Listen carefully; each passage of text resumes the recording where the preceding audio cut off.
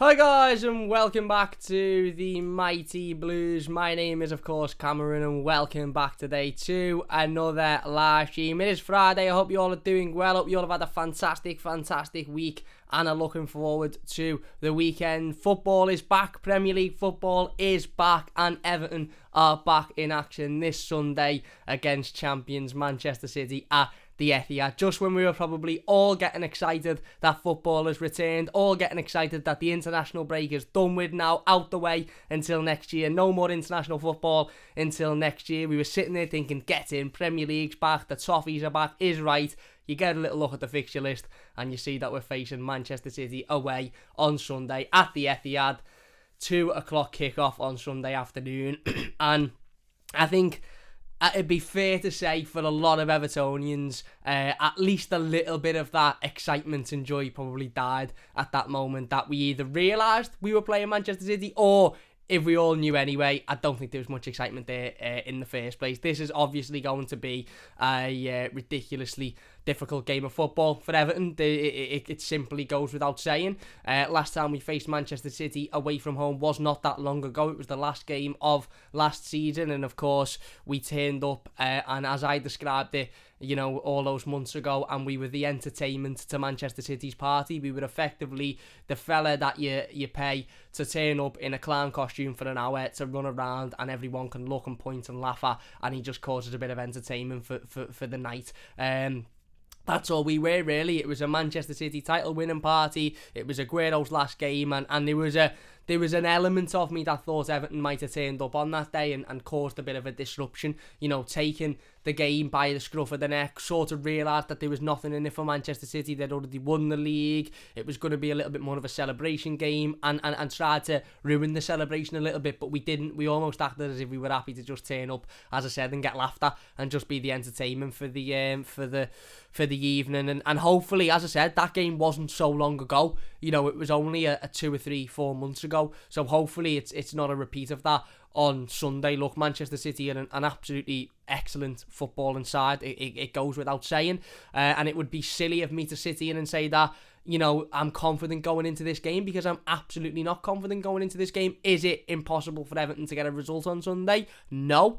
And I think that we found out over the last couple of weeks, certainly with the game against Crystal Palace, Manchester City's game against Crystal Palace, that is, before the international break, that it's not impossible to turn up at the Etihad and get a result. It's not impossible to turn up at the Etihad and win a game, but it is largely dependent on what Manchester City turns up ultimately. And I don't want to be too negative, I don't want to be too down, I don't want to be too, you know, sort of pessimistic going into this game, but the reality of the situation is, had Manchester City have turned up and given 100% a couple of weeks ago against Crystal Palace, not necessarily given 100%, but were at their top, the best that they could be, then they'd have walked that game and they'd have won it comfortably. Had they have turned up and been at the best that they could be against Tottenham on the opening game of the season, they'd have won that game comfortably as well. And they're the only 2 Premier League losses that they've had all season. So whilst I think Everton can go out and put in a good performance on Sunday, and whilst I think Everton can go out and make a good account of ourselves, you know, you don't almost have to come away from the Etihad on Sunday with 3 points for us to be able to all sit back and go, do you know what, we played well there, you know, and I'm proud of that. We all know that there's an absolutely gargantuan quality gap in quality between Manchester City side and Everton side. It goes without saying. You know, they are light years ahead of where Everton are at the moment. So there is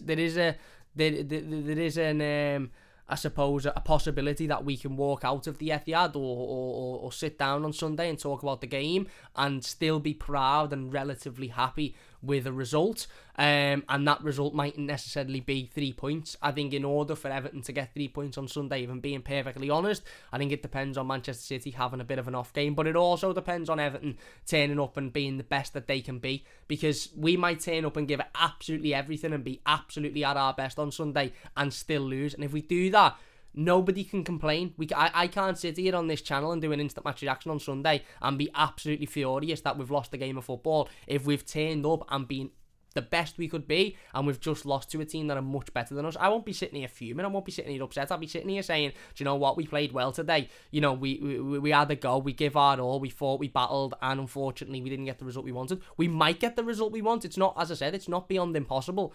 Manchester City often, for as good as of a side that they are, Manchester City often have periods throughout the season where they'll have certain games in which they slip up in which they maybe underestimate their opponent, they maybe subconsciously don't try as hard as they should, their just quality isn't there, but ultimately that doesn't matter. It doesn't matter if this Manchester City team turns up and is absolutely unbelievable and is playing like a side that, you know, we would never beat in a whatever the saying is, a month of Sundays.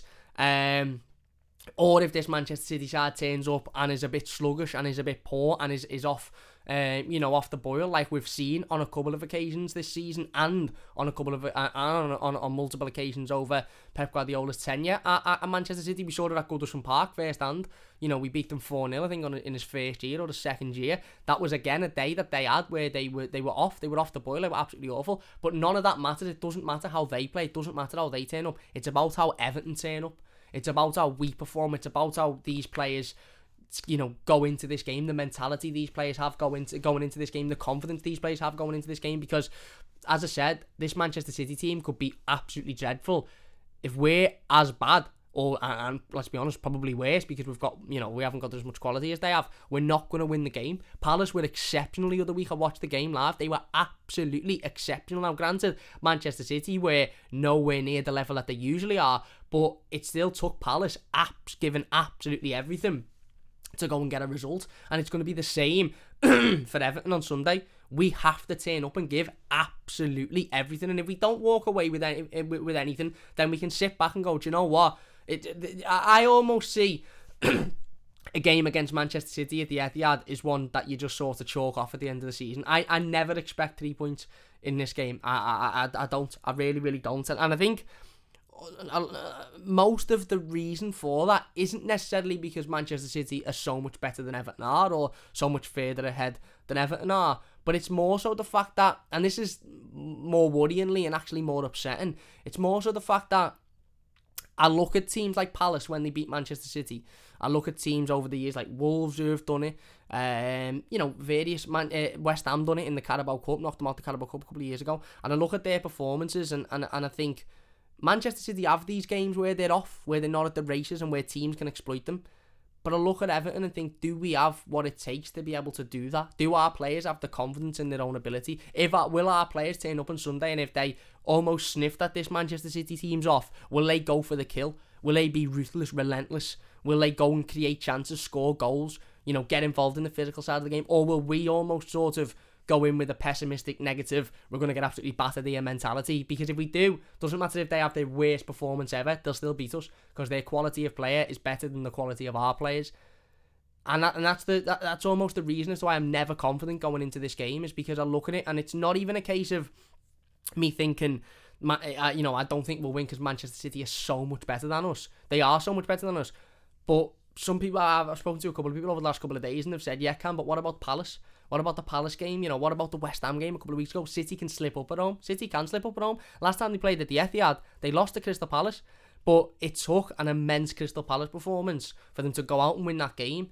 It took an immense amount of bravery and quality from those Crystal Palace players to almost turn up and go, do you know what? These are on the ropes here. We're going to go for them. And a part of me looks at this Everton squad and these players and thinks, have they got that? Do they have what it takes to turn up at the Etihad and exploit a Manchester City team that, may have a bad day at the office? Do they have what it takes to turn up? And yes, we could come away with a point and battle and fight, but do they have to take what it takes to turn up and get one of those results? When do we ever get one of those results, by the way? When? I mean, at Goodison Park, yeah, sound. We historically, we've beaten Chelsea, Arsenal, United. We've not got too bad of a record against City at Goodison Park. But away from home, okay, last year we beat Arsenal and, Tottenham and Liverpool, etc. But we don't tend to have the greatest record against these types of teams. I know prior to Manchester City having, getting all of the money, we had not too bad of a record against Manchester City at the Etihad and Main Road. But certainly recently, it hasn't been great. We never seem to be that team that people look at on the, sit down on a Saturday night and look at the score app or look at their accumulator and think, oh, I had City nailed on there and Everton have turned up and beat them. I had this team nailed on and Everton have gone and put in an upset. We're never putting in an upset. We often, we'll win games that we're expected to win and we'll win some games that are difficult, but we're never that team that you sort of look at and go, bloody hell. I'm never surprised by Everton. And I honestly, and this is a challenge for every single one of those players that goes out and puts this shirt on, or it'll probably be the away kit, won't it, on Sunday afternoon. Go out and surprise me, because I'm not looking forward to this game. I can't sit here and lie. I know it. I don't want to be negative or pessimistic, but I'm not going to sit here on, my own YouTube channel and say, yeah, I'm dead confident going into this one. We'll batter these.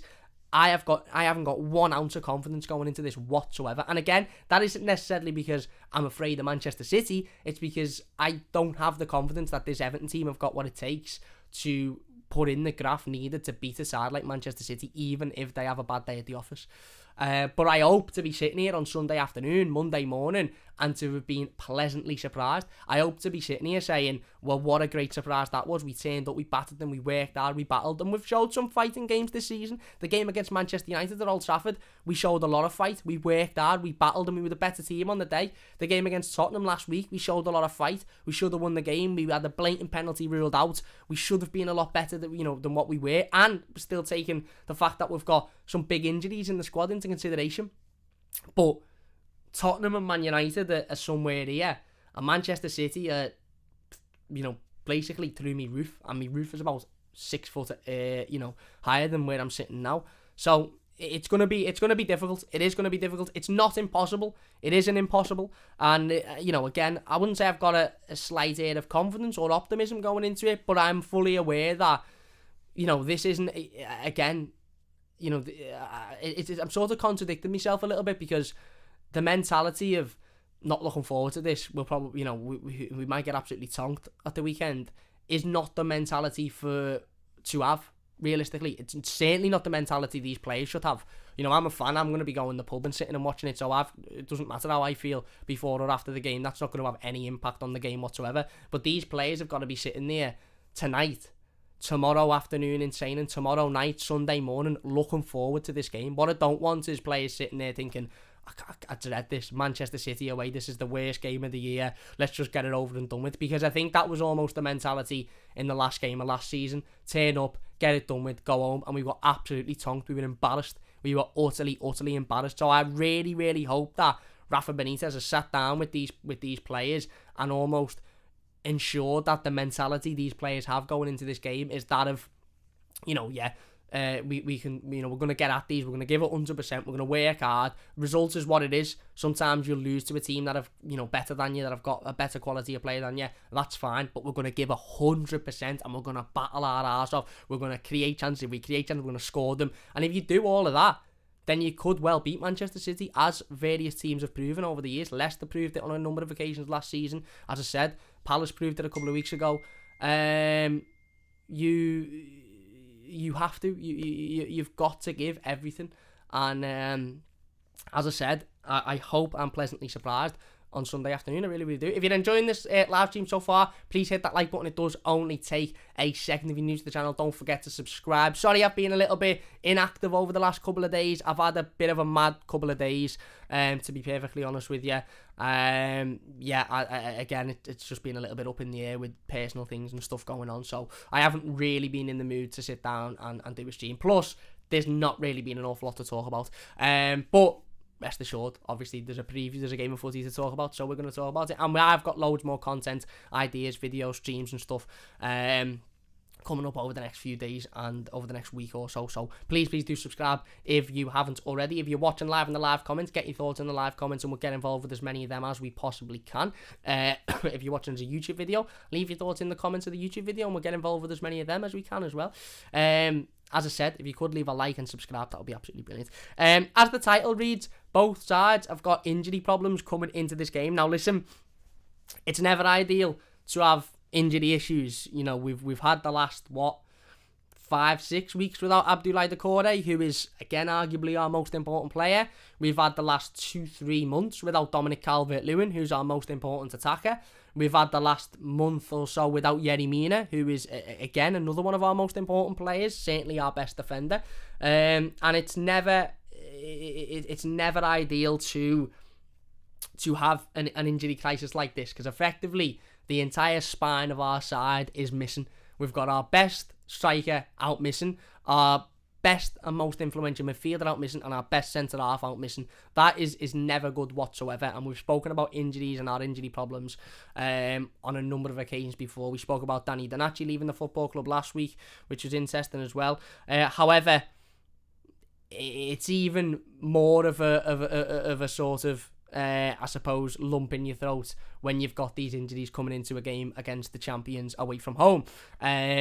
It's no surprise to anybody that we could have really done with Dominic Calvert-Lewin tomorrow. The manager has spoken to the media today ahead of Sunday's game. Ahead of Sunday's game, he's had his pre-game press conference. He has confirmed that whilst Yerry Mina, Abdoulaye Doucouré, Andre Gomes and Dominic Calvert-Lewin are improving and getting better week in, week out, they're still not ready to be involved. So Dominic Calvert-Lewin, Yerry Mina, Abdoulaye Doucouré and Andre Gomes will all be unavailable on Sunday, which is a massive, massive, massive hit. I can't say I'm surprised, if I'm being honest with you, just because again, I don't hold my hands up on injury updates, really. I don't sit here and if the club come out and say, yeah, you know, Dom will be back in 2 weeks, I'm not sitting there 2 weeks later thinking, right, Dom's back, because, you know, different things can happen, different variables can happen, match fitness, all of that sort of stuff. So I can't sit here and say I'm massively surprised, but there was obviously an element of me thinking that maybe Yerry Mina would be back because we haven't seen him for so long, and from what I gauged, this injury was, again, it wasn't, you know, something that we expected to keep him out for so long. He got injured whilst playing 3 games in the space of 10 minutes for Colombia in the previous international break before this one. Dominic Calvert-Lewin, I knew there was sort of no chance of him coming back. Abdoulaye Doucouré was a bit of a mad one because Fabrizio Romano spoke a couple of weeks ago about the potential of him returning after the international break. Now, he didn't directly mention the game against Manchester City, but he just mentioned after the international break, which led a lot of people into believing that would be this fixture, because this is the fixture that is obviously directly after the break. However, evidently it isn't, and the 3, including Andre Gomes, who, again, as I said, I don't think has as important of a role as those 3. However, he's still a player that, again, squad terms, in terms of strength of squad, we could have done with on Sunday. So, still massive injury issues at the club, which is never, ever a good thing, and certainly not a good thing when you're coming up against the champions away from home. We will be doing my predicted starting 11 very, very shortly, so don't forget to stick around and look out for that one. Man City themselves have had some injuries, problems over the last couple of days. Kevin De Bruyne, it has been confirmed today, has tested positive for COVID-19, so he will miss Sunday's game against Everton. I just want to say, obviously, we wish Kevin De Bruyne a very speedy recovery. I wouldn't wish COVID or any form of illness or problem or injury on any player. So first things first, wish him a speedy recovery. Hopefully it doesn't affect him too much.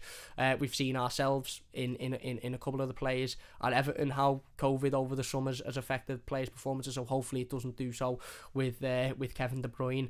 And as I said, yeah, hopefully he makes a speedy recovery.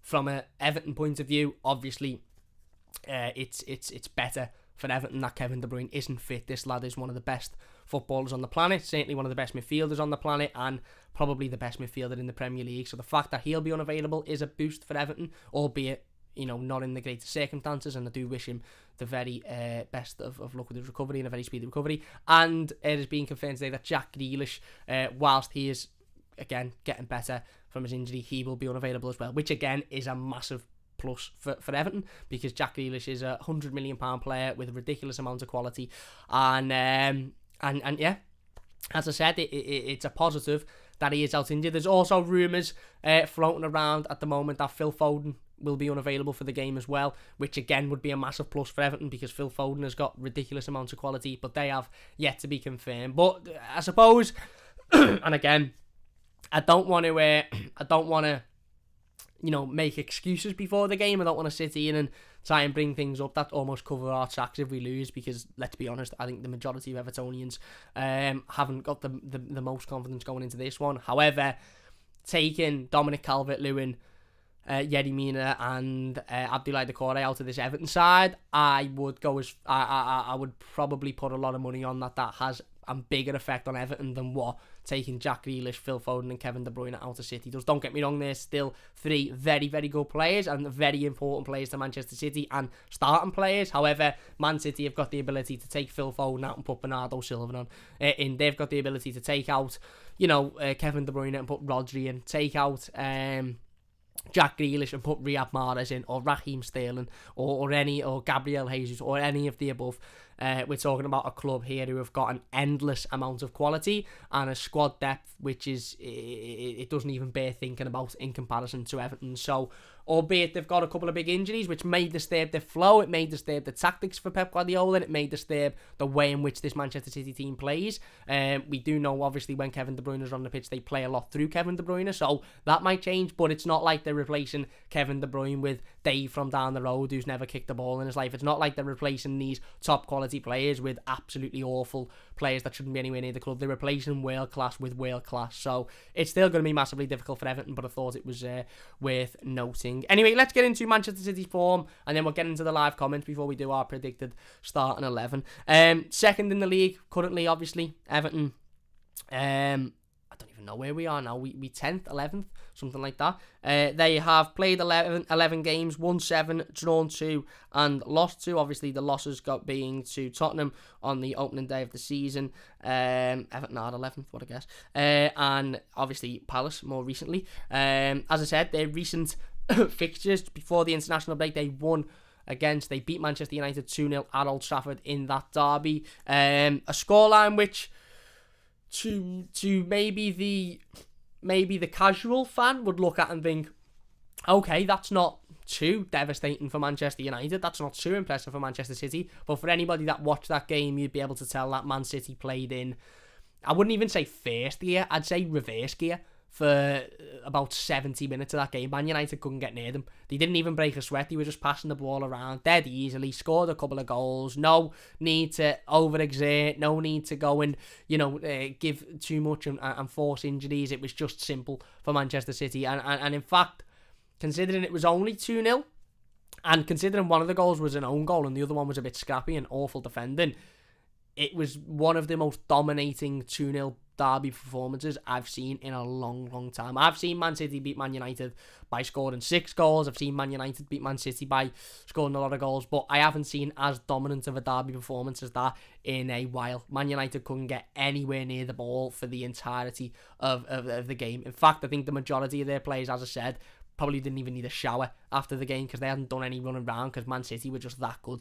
So that, again, very impressive performance, and obviously a bounce back from their defeat to Crystal Palace. They did beat Bruges in the Champions League 4-1. In between that, lost to Palace, as we mentioned, lost to West Ham on penalties in the Carabao Cup, which is interesting because Man City have won the Carabao Cup for the last 35 years on the bounce. So the fact that they're now out of it was really, really interesting. And then they beat Brighton 4-1 the week before that. So again, as I said, the 2 defeats Manchester City have suffered this season have been to a Tottenham side who aren't very good, and I've had a change of manager since then, and to a Palace side who, albeit not a bad side, but they're certainly not an unbelievable side. So this City team can be get at. Again, the Palace defeat was at the Etihad. This City team can be exploited. This City team can be, can be beaten. However, it's all down to Everton to give 100% and to give absolutely everything. And do you know what? We were impressive against Tottenham. I think we were robbed with the penalty decision. I've watched it back again recently, and I still can't quite fathom how it's not a penalty, to be honest with you. I think we didn't create an awful lot. We'll have to be an awful lot more creative on Sunday against Man City than we were against Tottenham. However, we battled, we fought, we worked hard. Fabian Delph was absolutely brilliant. In that midfield, Alan put in a really, really strong performance. We were much, much more impressive than we had been in recent weeks. Now, obviously, The Watford performance still sticks in my throat. The Wolves performance still sticks in my throat. The West Ham performance still sticks in my throat. And I look at the Tottenham game and think, I almost think there's two different ways Everton approach this. These players approach this. Are we going to turn up like we did at Old Trafford against Man United and against Tottenham at Goodison and work hard and battle and fight and get on the back of the opposition and absolutely, go for it, and ultimately, again, don't really show any fear of this Man City side? Or are we going to turn up like we did against Watford and collapse West Ham and throw it away, Wolves, and collapse in that first half? And if we do the latter, we're in danger of getting an absolute caning, to quote a saying that my dad likes to use, against a very, very good side. The side that effectively did that to us not so long ago in the last game of last season. So let's hope that this Everton team turns up, well, as I said, with the mentality of, do you know what, we can get at these. Do you know what, we can, we can, again, as I said, we can exploit them. We can create chances. We will get chances. I do believe we'll get chances on Sunday. I believe we'll get space. I believe we'll get, times to, periods in the game to move into and to create chances. The manager, Rafa Benitez, referred to it today as that we probably won't have a lot of possession on Sunday. In fact, we probably won't have a lot of possession whatsoever during this game, so that when we do get the ball, it's important that we use it. And I think that's one big criticism I added last time we played Manchester City, as we didn't get a lot of possession, and every time we got the ball, we just lumped it up forward. We just almost give it back to them. We touch the ball for about 20 seconds in the space of 10 minutes, and instead of keeping it and moving it around and calming the game down and slow it down to our pace, we just lump it back up the pitch and give it straight back to them. So when we get the ball on Sunday, when we get possession, we've got to keep a hold of it. We've got to be clever with the ball. We've got to be clever with our movement. Nice, quick, easy passes, moving it around. We can't just panic. We can't get the ball and think, shit, what do we do with this now? Because Man City will be straight at us. They'll press high. They'll press quick. They've got, as I said before, a ridiculous amount of quality in their team, so they'll be right on our toes constantly.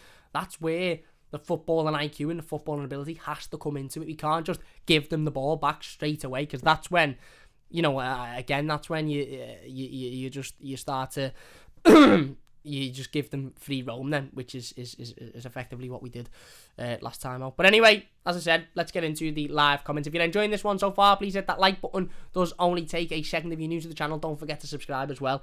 That only takes a second, and it means a massive, massive amount to me. If you're watching live, get your thoughts in the live comments, and we will get involved with as many of them as we can. If you're watching a YouTube video, get your thoughts in the YouTube comments, and we'll get involved with as many of them as well. Let's get into the live comments then. Semi says, greeting fellow Blues, what's happening, my mate? Ants Leicester fan channel says, hey up mate, you have caught a few on Twitter. I've caught more. I've caught a few more. For what Ant's referring to there is basically that centre half who plays for them lot come out over the week and said a comment about the World Cup in reference to the Euros and how he thought he was going to play at the Euros. And I basically just said it's a bit of a strange mentality. He always seems to be mentioning Jordan Pickford, and I don't understand it. And yeah, I've caught a fair few Liverpoolians, to be fair. I've caught a fair few Liverpool fans, so that's interesting. I look forward to a lot of them jumping on that tonight and having a little bit of a moan, because God forbid anybody said anything about their saviour Virgil van Dijk, even though he's not that great, but there you go. Semi says, Cam, top man, hope you're well. I'm not too bad, mate, hope you're doing well yourself. Sean says, put a second team out, save the injuries. I get it. I get where you're coming from, and if we had a second team, I would agree. If we had 11 players in our second team, reserve team, whatever you want to call it, I'd almost think, yeah, do you know what? Do it. Save these players for another day. But the reality is, our second team contains the majority of our first team. So it'll be, by definition, probably a second team on Sunday, because Fabian Delph will probably start, and granted he's played well recently, but he wouldn't be starting in an ideal situation. Dominic Calvert-Lewin won't be there, Decore won't be there, Mina won't be there, so I get where you're coming from, but we don't really have a second team. And I was almost going to go as far, by the way, if the manager had to come out today and said Dominic Calvert-Lewin isn't 100%, but he's sort of there or thereabout, I wouldn't have started him. I wouldn't have risked him, because I just think, again, with the potential that he could further his injury for a game that is going to be very, very difficult. Unless he was 100% ready, I'd have just said, you know what, leave it. But, yeah, as I said, we don't really have a second team to play, do we? Semi says, could be catching City at a good time, coming off a break and not really in great form. Interesting. Sean says, no chance. Anne says, Man City is a game you will have 1 or 2 chances after take them whilst defending perfectly. Yeah, spot on. Ed says, hi Camo, you well, my mate. In this fixture, fighting desire must be shown. Huge underdogs, but must show character, and absolutely must. Yeah, I agree. Mitchell says Rafa is going to stink the place outside not to concede 6. Sean says tough game, Man City certainly is.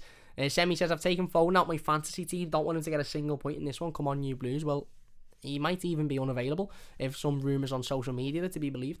And says we have a decent record against Man City, but we seem to do better against the top sides and lower ranked sides. Just says make sure to drop a thumbs up on the stream. Thank you very much, Ant. Really appreciate that, my mate. And Ander says we could realistically go there and get turned over. What concerns me is that a lot of fans are ready to pounce on the manager after this game. We shouldn't win this game, but if we do, well done, boys. The way I look at this is the result is not secondary, because obviously in every game of football you want to go in and win, but there is a scenario in which I leave the pub on Sunday after watching this game relatively pleased, and that scenario not including us winning. Obviously if we win, I'll be over the moon, but there's a scenario that we lose this game and I still leave the pub relatively satisfied, and that is that we've given 100%, we've battled, we've fought, we've worked hard, and the only thing we can say is they're just a much better team than we are. There's also a scenario where I leave the pub absolutely fuming, and that's not necessarily just because we've lost the game, it's because we'll put in, or we may put in a performance like we did last time we played them, where we just effectively, as I said, turned up to be a party clown and the laughing stock of the party, and we just got embarrassed, because that's not what Everton is for me. Semi says the Sergio Aguero testimonial game at the season's end was an absolute disgrace. It was. He also says Foden might not play. Spot on. Stephen says exactly, Cam. All we ask for is that they show up and try, just don't lie down and die as we've done in the years in the past. Yeah, I agree. Wayne says, hello Cam, hello my mate, hope you're doing well. He also says, so our available midfielders are Delph, Gabaman and Alan. Yeah, and Tom Davis at the minute as well. I know some people might want to hear that, but yeah, Tom Davis is available. It'll be interesting. We are going to go over my predicted starting 11 in a moment. And says, just on Sports Witness 2 minutes ago, Everton and Leicester City are both interested in Barcelona defender Arno Comas. I can't lie, I don't know an awful lot about him, and I take every transfer rumour with a pinch of salt at the moment, because we're not in the transfer market, but we are coming towards January, so silly season will start up again. Boggy says, when was the last time we got something at the Etihad? I think it was when Rooney scored me 2-1-1. Thought we were going to have a boss season after that game, and everything went shit under Koeman. That was the last time we got a point at the Etihad, I believe. We've played well against Man City in recent years. We played well last season in the Carabao Cup when João Virginia played in goal, but we still ultimately lost. And that was a Goodison as well, by the way. Obviously last season at the Etihad we didn't play too well. Mitchell says, I'm interested in picking up a Mars bar on my way to my nan's tomorrow. Doesn't mean anything. Whisper gold, mate. Whisper gold. Carl says, to be honest, mate, I'm not expecting any incomings in January. I'm expecting outgoings, though.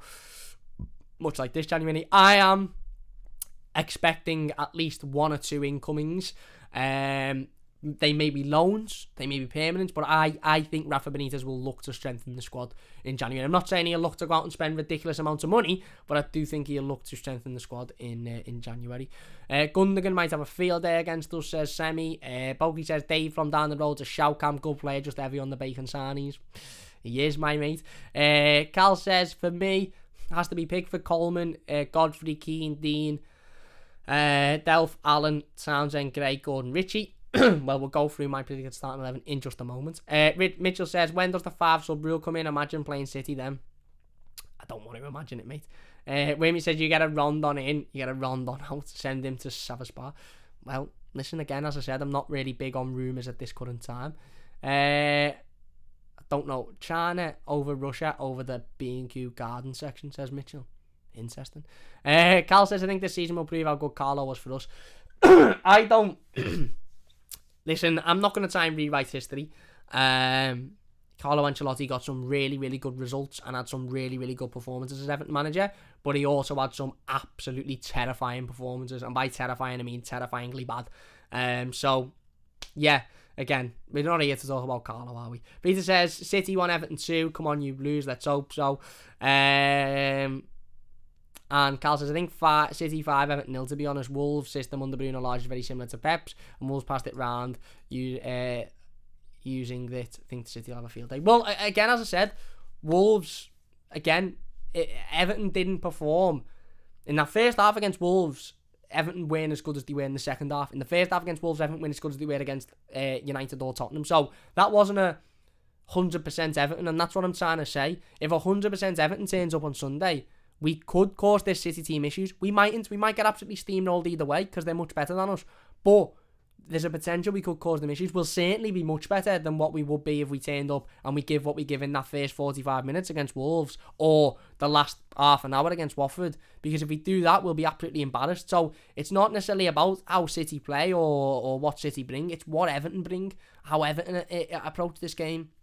For me, that's what's most important. Anyway, let's get into my predicted starting 11 then ahead of this one. Because, yeah, let's not waste any more time. We'll get back in the live comments in a moment. So if you are watching, get your comments in and we'll get involved with as many of them. If you're watching a YouTube video, get your comments down below and we'll get involved with them as well. If you're enjoying this team, by the way, so far, please hit that like button. It only takes a second. If you're new, don't forget to subscribe. My predicted starting 11, and this is more of a prediction rather than a want. I'm going to go for Jordan Pickford in goal. Obviously, again, self-explanatory, really. There's absolutely no reason for Jordan not to be in goal. I'm going to go with a 5 at the back. I hate a 5 at the back.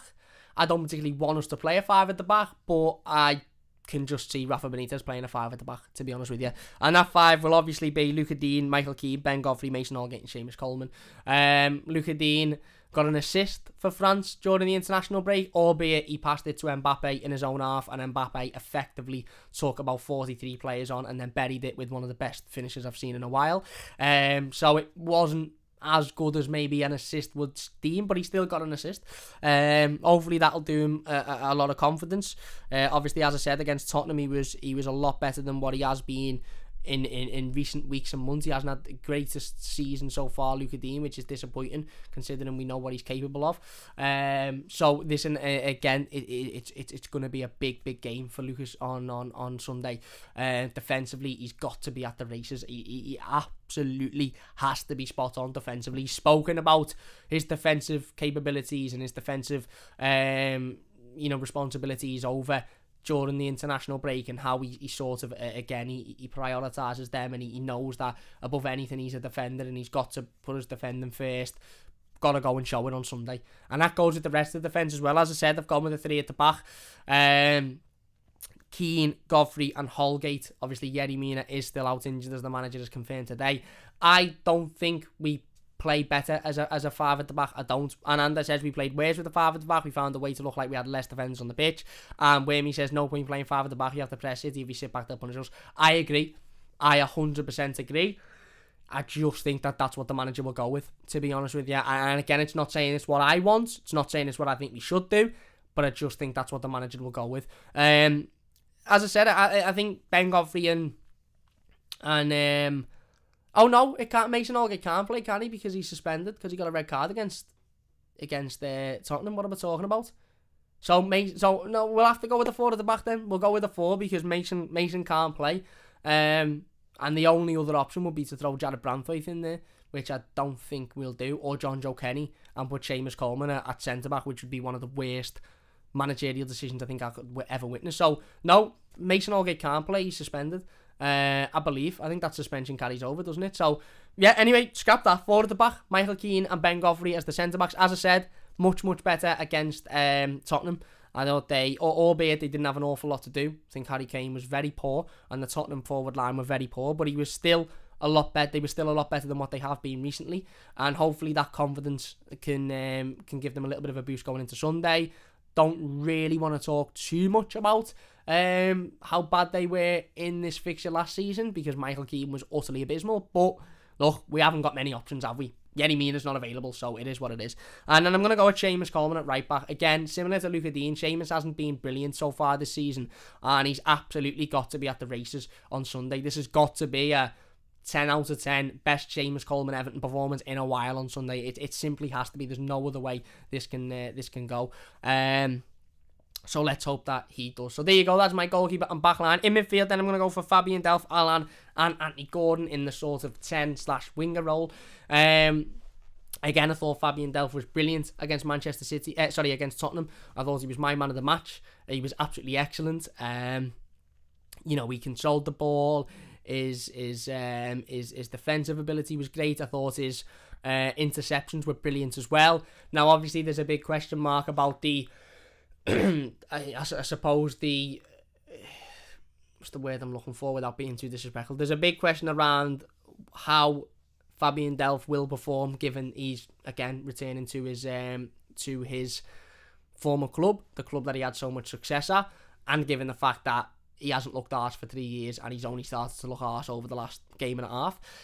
But ultimately, again, Abdoulaye Doucouré is still unavailable.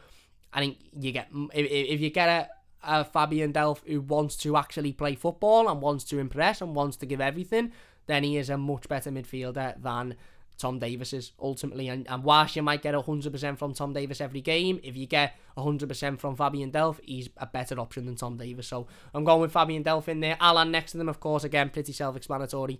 Had a relatively decent start to the season, and there's nobody else. And then front four, I've gone with Anthony Gordon, Richarlison, Damari Gray, and Andros Townsend. Now, if you're sitting there thinking who wasn't going to be in there had we play a 5 at the back, it would have been Anthony Gordon. And that's not because it would be a choice of mine. We spoke last time out on Monday about Anthony Gordon and how well he started this season and how impressive he looks and how he's been, pretty much our best player over the last couple of weeks or so, and how he deserves to be starting week in, week out for this Everton team. However, I just felt like if the manager was to play 5 at the back, he would be the one that misses out, unfortunately. However, again, can we see a 5 at the back? Maybe the manager will still play it and go with Jared Branthwaite or John Joe Kenny. I don't know. But if not, I would like to hope that Anthony Gordon is preferred to Alex Iwobi, because I think Anthony Gordon offers us more than Alex Iwobi does. There's a possibility he might go with 2 up front to try and give us a bit more of a boost up front and have Rondon next to Richarlison, but I wouldn't go with that either, because I think you get more from Anthony Gordon playing up front than you get from Rondon playing up front on Sunday, to be honest with you. So, as I said, that front four of Anthony Gordon, Damari Gray, Andros Townsend and Richarlison, it would probably be Anthony Gordon on one of the wings and Damari Gray in the middle, maybe swapping with Andros Townsend, but ultimately these 4 have got to be on absolutely top form on Sunday. They simply have to be on top form. We weren't great against Tottenham in regards to creating chances. We didn't create an awful lot. There wasn't an awful lot of quality there whatsoever. So we've got to be much better on Sunday. We simply have to be. We might get 1 or 2 chances. And it's all about taking those chances and ultimately making sure that, again, if you get a 1-on-1, you score it. If we get a chance, so many times in these types of games, we've had chances in the opening 5, 10, 15 minutes and we've missed them and we've gone on to lose the game, 2-1 or 3-1, and you're thinking, well, if we took that chance in the opening 5, 10 minutes and we go 1-0 up, maybe it's a different game. So we simply have to take our chances. Andros Townsend's got to be on top form, loves a goal at the Etihad, a good goal as well.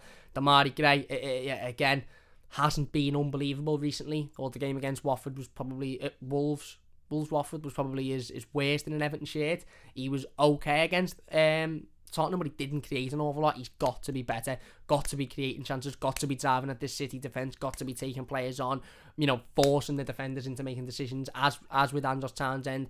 Big opportunity for Anthony Gordon if he starts to prove that he can turn up and do it on against the best of the best, because let's be honest, you don't get better than Manchester City in the league. And obviously Richarlison, as the manager pointed out today in his press conference, Rafa Benitez said that we have to play to Richarlison's strengths. It's as simple as that. We have to play to the strengths of him, and hopefully we can do that on Sunday. So there you go. That is my predicted start 11. Let us know your thoughts in the comment section down below. Let's jump straight back into the live comments before we before we do finish up the live stream, where are we? Pokey says, gutted Rodriguez's attitude towards our club was shit because when he played, he was world class, but gone now and we need that creative replacement. Yeah, our U-lad says, Aaron, I'm not too bad, mate. Whammy says, for me, it is not a pen. Loris gets the ball and he isn't out to console or endanger Richie. The joke is that the ref blows up when we still have the ball. Well, that's fair enough. I think we can all agree that Chris Kavanagh is a disgrace. We didn't deserve hammers, says Cal. Interesting take. Peter says, agree with me. Then he gives Spurs the ball. It's alright, Cal, no worries. Don't have to apologise, my mate. Don't have to apologise. Doug says, hello, Candy. KBD is out, and apparently Grealish and Foden are too. If you get chances for City, take them. Drop a like on the stream for Cam. Good luck for Sunday. Thank you very much, mate. And you're right, we have to take those chances. Tom Davis is injured, says Wormy. There was a rumour going around Twitter, but there's nothing being confirmed by the club. But it wouldn't surprise me. Not a massive Davis fan, but his knock hurts our depth and less options for Rafa, says Semi. Spot on, my mate, spot on. Doug says, Cam knows the best Whisper Gold is such a great chocolate bar. Whisper Gold is the best chocolate bar. It just is. Doug says 100% agree. Peter says, a draw is the least we'll get. Positive thoughts, lads. Yeah, well, again, a draw would be a positive, in my opinion. Wormy says, so Savage Bar have said that they have no interest in Rondon. Cal says, see, Dobbin posted a picture on Twitter. Will Dobbin have a feature on Sunday? Hopefully he'll be in the squad in some way, shape or form, but ultimately, look, we don't know. Ananda says we played worse with 5 in the back. Yeah, we did. We mentioned that one. Carl says, also just wants to say my heart goes out to Gary Stevens and his family right now. Not nice to see a parents outlive their children, but heaven have gained a wonderful young lad. Yeah, listen, we had the absolutely devastating news yesterday that young Jack, Gary Stevens' little lad, unfortunately lost his battle with leukemia at such a young age. I just want to say all of our thoughts and prayers go out to Gary and his family and his friends at such a sad time. It really hit me when I read it yesterday, because I just looked and I thought there's some really evil, bad people in this world who go through their life and live till they're 90, 100, and I'm not wishing any sort of illness on anybody, but there's some really bad people that go on and live a healthy life for nearly a century, and then there's young lads, young girls, young children, babies, toddlers who haven't even had the chance to have a life, who are being taken by these horrible illnesses. So it really hit home on yesterday when I found out, and as I said, all of our thoughts are with Gary Stevens and his family at such a difficult time. I can't even begin to fathom how difficult this must be for him. It's awful. I mean, I've got no personal connection to Gary Stevens, and it hit me hard. It's just awful to even think about. So yeah, absolutely thoughts going out to Gary Stevens and his family. Absolutely devastating, and obviously rest in peace to young Jack. Will says Holgate out. Well, yeah, he's out with suspension. The Dugout Football Channel says best wishes to Gary Stevens. Horrible news about his son. Thoughts and prayers with his family. Yeah, I agree. Obviously, Cal says, I remember us losing to City in 1920, 2-1. Carlos third game, and Coleman played centre-back. He was very good, to be honest. Played 5 at the back with Sidibe at right-back. There's a potential there. If I was confident that John Joe Kenny could do a job at right-back, I've got no confidence in that. She'll play 4-5-1. What are thoughts on Nico Williams, Liverpool full-back? I don't know an awful lot about him, to be honest. Wormy says, Hernandez playing 5 at the back genuinely means you sit back and invite pressure, because you need 2 very good midfielders to get you out of your own half when you get the ball, which we don't have. We just end up constantly under pressure. Yeah, well, Batterdy, says Alex, is right, positive mentality. And Anders says, in the match we play 5 at the back. Godfrey and Orgate look like they'd never kicked the ball before. We also don't have enough clinical enough to punish when we go forward. Damned if we do, damned if we don't. Yeah, spot on. But to be fair, Mason Orgate has looked like he hasn't kicked the ball in his last 15-20 Everton appearances, to be honest, and Ben Godfrey hasn't been great recently either. Peter says AG on the left and Andros Townsend on the right, Richie number 10 and Gray in the Richie number 9 and Gray in the 10. Take that. June says Coleman, Godfrey, Keane, Dean, Alan, Delph, Townsend, Gray, Gordon, Richarlison, same team as what I've gone with. And Ananda says, at what point do we start using Ellis? Has to be soon. To give someone a 3-year deal, you've got to give him a go and must offer more than Rondon. We're going to talk about Ellis Sims. I might even do a live stream tomorrow, I might do a little sneaky Saturday live stream. Don't take me word on it because I've got a couple of things to do, but I might do a sneaky live stream tomorrow. If not tomorrow, it'll be next week, early next week. I want to talk about Ellis Sims' new contract because I've got some opinions on it that go along the line of what you're saying there, Hernandez. You know, at what point do we use Ellis Sims, because there's very little point in giving him a 3-year contract for him to continue playing in the under-23s or sit on the bench. There has to be a plan there, but as I said, that's a topic for a different video. But anyway, look, we're going to finish it up there then. If you have enjoyed this one, please do hit that like button. A massive thank you to everybody in the live comments. Really do appreciate it. It means a massive amount to me. Once again, I apologise for the slow upload schedule over the last week or so. I've been manic busy and I've had some things going on that have just sort of put me out of the mood to stream. So I didn't want to sit, and plus there wasn't a lot to talk about, so I didn't want to sit here and force a stream out when I didn't really feel like it and there wasn't a lot to talk about. Yeah. If you've enjoyed this one, please hit that like button. Does only take a second. If you watch this as a YouTube video, get your thoughts in the comments down below, and we'll get involved with as many of them as we can. Once again, a massive thanks to everybody for getting involved in the live comments. Subscribe to the channel if you're new. Really difficult game on Sunday. Really difficult game. But all I ask is for this Everton team to give 100%. That is all I ask. You know, this Manchester City team are capable of, you know, turning up and beating us comfortably, even if we give 100%. However, if we give 100%, then none of us can sit here and be too displeased, because we know City are a better side than us. We know they've got more quality than us. So, you know, it's just one of them. But if we don't give it 100% and we give up and we get rolled over and we almost seem like we can't be arsed being there, that's when I'll have a massive problem. So, look, it's on the players. Ultimately, the responsibility's on the players, and it's on the manager to get it right as well. But we'll wait and see. I'm not really looking forward to it, but, you know, let's be honest. Anything could happen. Let's be optimistic. Big thank you for watching. As I said, we'll be back on Sunday, maybe tomorrow, but definitely Sunday with the instant match reaction and the player ratings. And then obviously we'll have the game review on Monday as well. But a massive thank you for watching. Leave a like if you've enjoyed it. Subscribe if you're new. Football Edit says, mate, who got injured like KDB did, but who got injured for us? I don't know what you mean there. Whammy says everyone is injured for us, and Peter says nice one, Cam TC. Thank you very much. Big thanks to everybody for watching. Leave a like if you've enjoyed, subscribe if you're new, and we'll see you soon.